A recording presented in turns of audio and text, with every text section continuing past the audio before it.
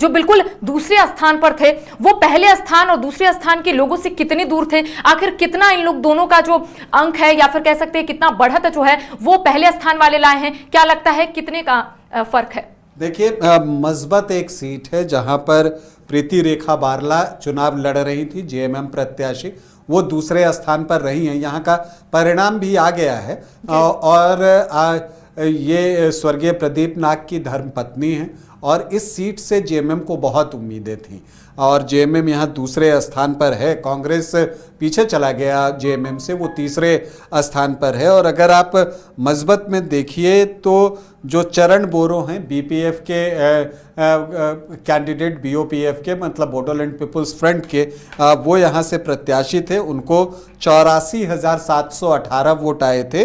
और जो जेएमएम की प्रत्याशी हैं प्रीति रेखा बारला, उनको 29,172 वोट आए। तो एक बड़ा गैप जो है वो दिखता है। 55,546 वोटों से मस्बत में जो है चरण बोरो चुनाव जीतने में सफल रहे हैं। उनको 53.48% जो है वो वोट आए हैं।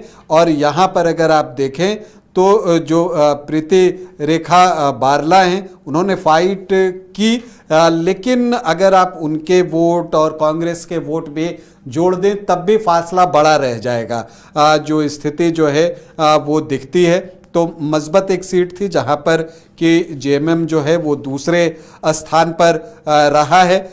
इसके अलावा अगर हम बात करें तो एक जो सीट है गोसाईगांव की सीट है, वहाँ पर जो जेएमएम प्रत्याशी हैं फ्रेडरिक हांसदा, वो दूसरे स्थान पर हैं। और वहाँ पर भी जो है बीओपीएफ के कैंडिडेट हैं संभ्रम बासुमतारी, वो 20,406 वोटों से आगे चल रहे हैं। और अगर आप देखें तो इस गैप को पाटना भी फ्रेडरिक हांसदा के लिए मुश्किल जान पड़ता है, क्योंकि अब चुनाव अपने अंतिम पड़ाव पर पहुंचने वाला है। तो ऐसी परिस्थिति में क्या कोई ऐसी सीट जहां पर जेएमएम का क्लोज फाइट रहा है किसी से? देखिए, क्लोज फाइट नहीं है, चूंकि यही दो सीटें हैं जहां पर जेएमएम दूसरे स्थान पर रहा है और वहां फासला आप देख रहे हैं। मस्बत में 55,500 वोटों से बीओपीएफ के कैंडिडेट जीत चुके हैं। और गोसाईगांव में भी जो है वहां पर आपको दिख रहा है कि लीड जो है लगभग 20,500 की है। तो इसको पाटना मुश्किल है, एक तरफा जीत ही है यहाँ पर। चूँकि आप देखिए गोसाईगांव में 35,695 वोट बीओपीएफ कैंडिडेट को आए हैं, तो फ्रेडरिक हांसदा को 15,289 वोट ही आए हैं। तो एक बड़ा गैप जो है वो दिखता है। लेकिन जो बाकी सीटें हैं वहाँ पर आमतौर पर ज़्यादातर सीटों पर तीसरे स्थान पर जेएमएम दिखता है। बरचल्ला में वो तीसरे स्थान पर है। यहाँ बीजेपी की लीड 9,500 से ज़्यादा वोटों की है। तो लगभग 7,000 वोट जो है वो जेएमएम कैंडिडेट को आए हैं, 6,901। भेरगांव में भी आपको दिखेगा कि जो बढ़त है वो बीओपीएफ की 32,354 वोटों की हो गई है। और वहाँ पर जो जेएमएम प्रत्याशी हैं प्रभात दास पनिका, उनको 21,683 वोट आए हैं।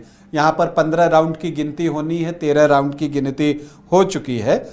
इसके अलावा विश्वनाथ में मैं कह सकता हूँ कि तिहारू गौर ने जो है वो निराशाजनक प्रदर्शन किया है। इनसे काफ़ी उम्मीदें थीं, लेकिन उस तरह का समर्थन इनको जनता का मिलता हुआ नहीं दिखा है। 6,312 वोट उनको आए हैं। यहाँ पर बीजेपी के पल्लव लोचन दास जो हैं वो 15,141 वोटों से आगे हैं। चाबुआ लहोवाल में भी जो जीत मतलब बढ़त का मार्जिन है बीजेपी का वो 46,000 से ज़्यादा वोटों का है। तो वहाँ पर जेएमएम प्रत्याशी को 11,589 वोट आए हैं। दिग्बोई में बीजेपी के बढ़त की मार्जिन जो है वो 34,000 से ज़्यादा वोटों का है। तो वहाँ पर भरत नायक जेएमएम प्रत्याशी को 17,416 वोट ही आए हैं। यहाँ पर 16 राउंड की गिनती खत्म हो चुकी है, 3 राउंड ही बचे हैं। तो यहाँ पर भी परिणाम में कुछ फेरबदल की संभावना नहीं दिख रही है। अगर कांग्रेस की बात करेंगे तो गौरव गोगोई भी चुनावी मैदान में उतरे थे। तरुण गोगोई के वो बेटे हैं और देखिए ये कहा जा रहा है कि वो अपनी सीट से हार चुके हैं। कौन सी उनकी सीट है और मार्जिन कितना का रहा है उनका? जहाँ देखिए वो जोरहट से चुनाव लड़ रहे थे और जोरहट वो विधानसभा सीट है आपको करिश्मा कि जो जोरहट के नाम से जो लोकसभा की सीट है वहीं से सांसद हैं गौरव गोगोई और लोकसभा में कांग्रेस के उपनेता भी हैं। तो ये जो उनकी हार हुई है 23,182 वोटों से, ये जो है ये बड़ी हार है और मुझे लगता है कि कांग्रेस के लिए ये बड़ा झटका जो है आप इसको देखते हैं। और अब आप देखिए कि कांग्रेस के हिस्से में ये बड़ी हार तो आई है, दूसरी तरफ हेमंता विश्व शर्मा जो अपने विधानसभा क्षेत्र में 51,000 से ज़्यादा वोटों की बढ़त पर हैं। तो ये एक तस्वीर बताता है कि असम में चुनाव कैसे हो रहा है। असम में अगर आप देखें तो 25 सीटों के परिणाम आ चुके हैं, 22 सीट बीजेपी जीत चुकी है यहाँ पर और कांग्रेस के नाम अभी एक भी सीट नहीं है और BOPF जो है वो एक सीट, मतलब बोडो पीपुल्स फ्रंट, वो जो मस्बत वाली सीट जहाँ पर JMM दूसरे स्थान पर रहा है, जिसकी मैं अभी चर्चा कर रहा था, वो एक सीट पर आगे है और असम गण परिषद भी एक सीट पर आगे है और AIUDF ने भी एक सीट पर कामयाबी जो है वो हासिल की है। ये चीज़ जो है वो दिख रही है।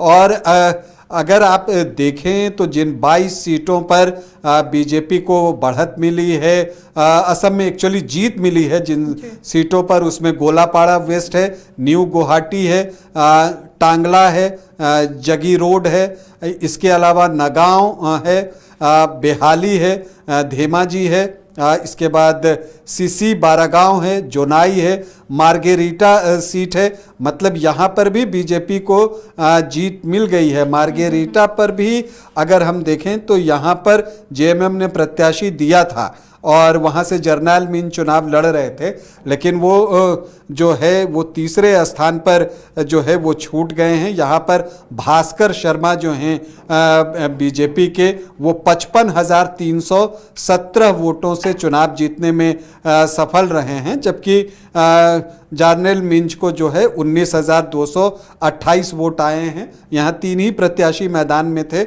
यहाँ तीसरे स्थान पर जो है वो JMM रहा है, ये दिखता है। इसके अलावा तिंगखोंग सीट है, तिंगखोंग में भी मुझे लगता है कि JMM चुनाव लड़ रहा था। यहाँ पर बिमल बोरा बीजेपी प्रत्याशी 49,026 वोटों से चुनाव जीत गए हैं। यहाँ पर जो JMM के प्रत्याशी महावीर बास्के हैं, उनको 14,205 वोट आए हैं और वो तीसरे स्थान पर रहे हैं, लेकिन यहाँ पर भी 3 ही प्रत्याशी जो है वो चुनावी मैदान में थे।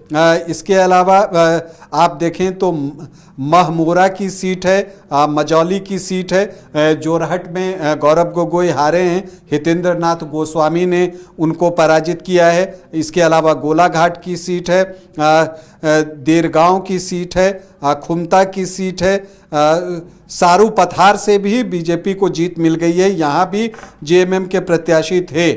यहाँ पर विश्वजीत फुकन बीजेपी प्रत्याशी ने 56,000 से ज़्यादा वोटों से जीत हासिल की है और यहाँ पर जो साहिल मुंडा हैं JMM प्रत्याशी, उनको 11,852 वोट आए हैं और वो तीसरे स्थान पर रहे। यहाँ भी 3 ही प्रत्याशी चुनावी मैदान में थे। यहाँ पर दूसरे स्थान पर असम जातीय परिषद के जीवन चुटिया जो हैं वो चुनाव लड़ रहे थे। इसके अलावा लखीपुर जो है वहाँ पर बीजेपी को जीत मिली है और उधारबौन में जीत मिली है, बारखोला में जीत मिली है और धोलाई में जीत मिली है। तो ये जो है वो 22 सीटें हैं जहां बीजेपी को कामयाबी मिली है। बोडोलैंड पीपुल्स फ्रंट को मस्बत में कामयाबी मिली है। असम गण परिषद जो है वो आपको बोकाहाट में चुनाव जीतने में सफल रहा है। अतुल बोरा वहां पर चुनाव जीते हैं और यही स्थिति अभी तक जो है वो आपको असम में दिख रही है। करिश्मा, अगर असम की बात करेंगे तो कांग्रेस का प्रदर्शन असम में अच्छा नहीं रहा। बंगाल में क्या कांग्रेस का खाता खुल पाया? क्योंकि अगर 2021 के चुनाव की अगर हम बात करेंगे तो उस वक्त खाता नहीं खुला था। हालांकि देखिए बाई इलेक्शन हुआ था, तब एक सीट जो है वो कांग्रेस के खाते में आई थी। तो क्या इस बार कांग्रेस का खाता खुला है बंगाल में? कैसा प्रदर्शन रहा है कांग्रेस का? कांग्रेस 2 सीटों पर आगे जो है वो चल रही है, लेकिन जिस सीट के बारे में आप सुनना चाहते हैं उस सीट पर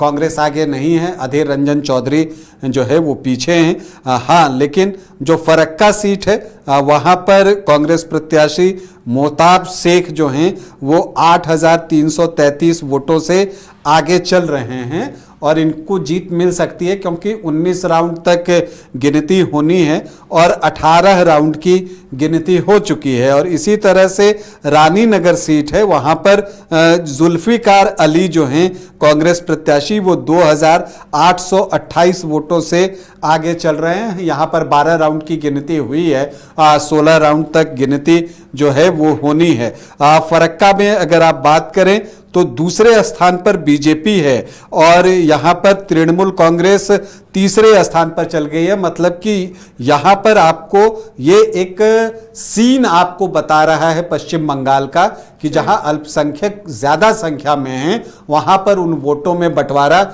हुआ है। और आप देख रहे हैं कि कांग्रेस को बढ़त है, दूसरे स्थान पर बीजेपी है और तीसरे पे तृणमूल है, तो वो वोटों में बंटवारा जो है फरक्का में दिख रहा है। और हालांकि जो रानी नगर की सीट है वहां पर जुल्फिकार अली आगे चल रहे हैं 2,828 वोटों से, वहां दूसरे स्थान पर तृणमूल कांग्रेस है और यहां पर भारतीय जनता पार्टी चौथे स्थान पर आपको दिख रही है। तो ये चीजें जो है अब तक दिखी हैं। एक खास बात और आपको बता दूं कि अल्पसंख्यक वोटों में बंटवारे की जब हम बात करते हैं, जिसका कि नुकसान तृणमूल को इस चुनाव में उठाना पड़ा है, तो आप देखिए हुमायूं कबीर 2 सीटों पर चुनाव लड़ रहे हैं, रेजी नगर और नोएडा, और दोनों ही जगह वो लीड कर रहे हैं और उनकी लीड अच्छी है। रेजी नगर में तो 38,000 से ज्यादा वोटों से वो लीड कर रहे हैं। 15 राउंड की गिनती होनी है, अभी 11 राउंड की गिनती हुई है। और नोएडा की बात कीजिए तो वहां पर भी वो 26,000 से ज्यादा वोटों से लीड कर रहे हैं। 20 राउंड की गिनती होनी है, 14 राउंड की गिनती हुई है। और इसी तरह से अगर आप आईएसएफ की बात कीजिए तो भांगर सीट से नौशाद सिद्दीकी सिटिंग एमएलए हैं, लेकिन वो भी यहां पर आगे चल रहे हैं 28,000 से ज्यादा वोटों से।